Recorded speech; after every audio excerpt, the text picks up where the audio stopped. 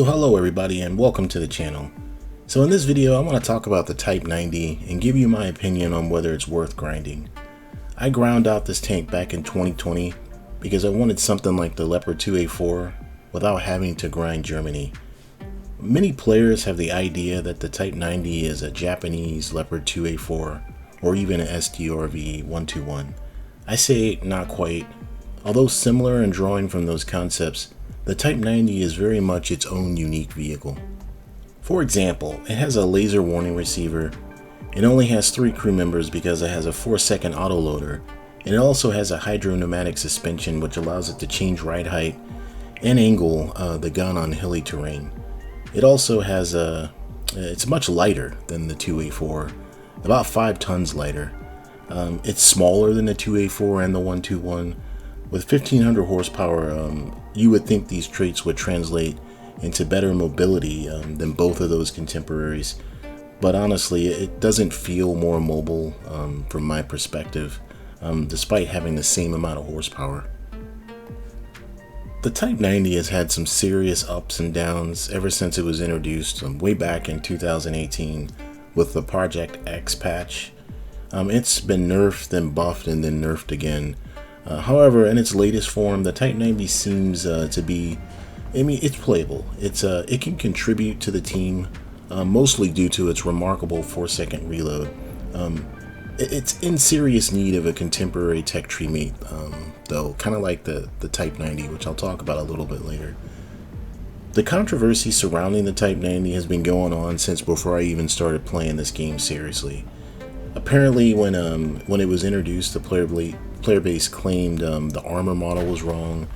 I mean, it didn't have its 4-second autoloader.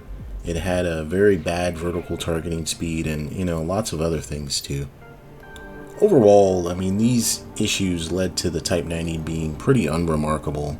I mean, really, the most dedicated players would grind out the Type 90. I mean, I have it because, like I said, I wanted to get something like the Leo 2A4. But I don't really see it a whole lot.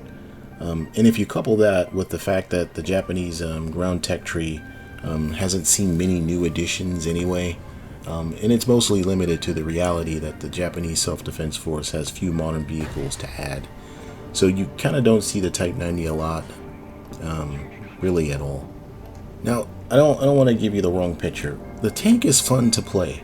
Overall, though, my main complaint is that the Type 90 sits at 11.0 BR since the Red Skies patch.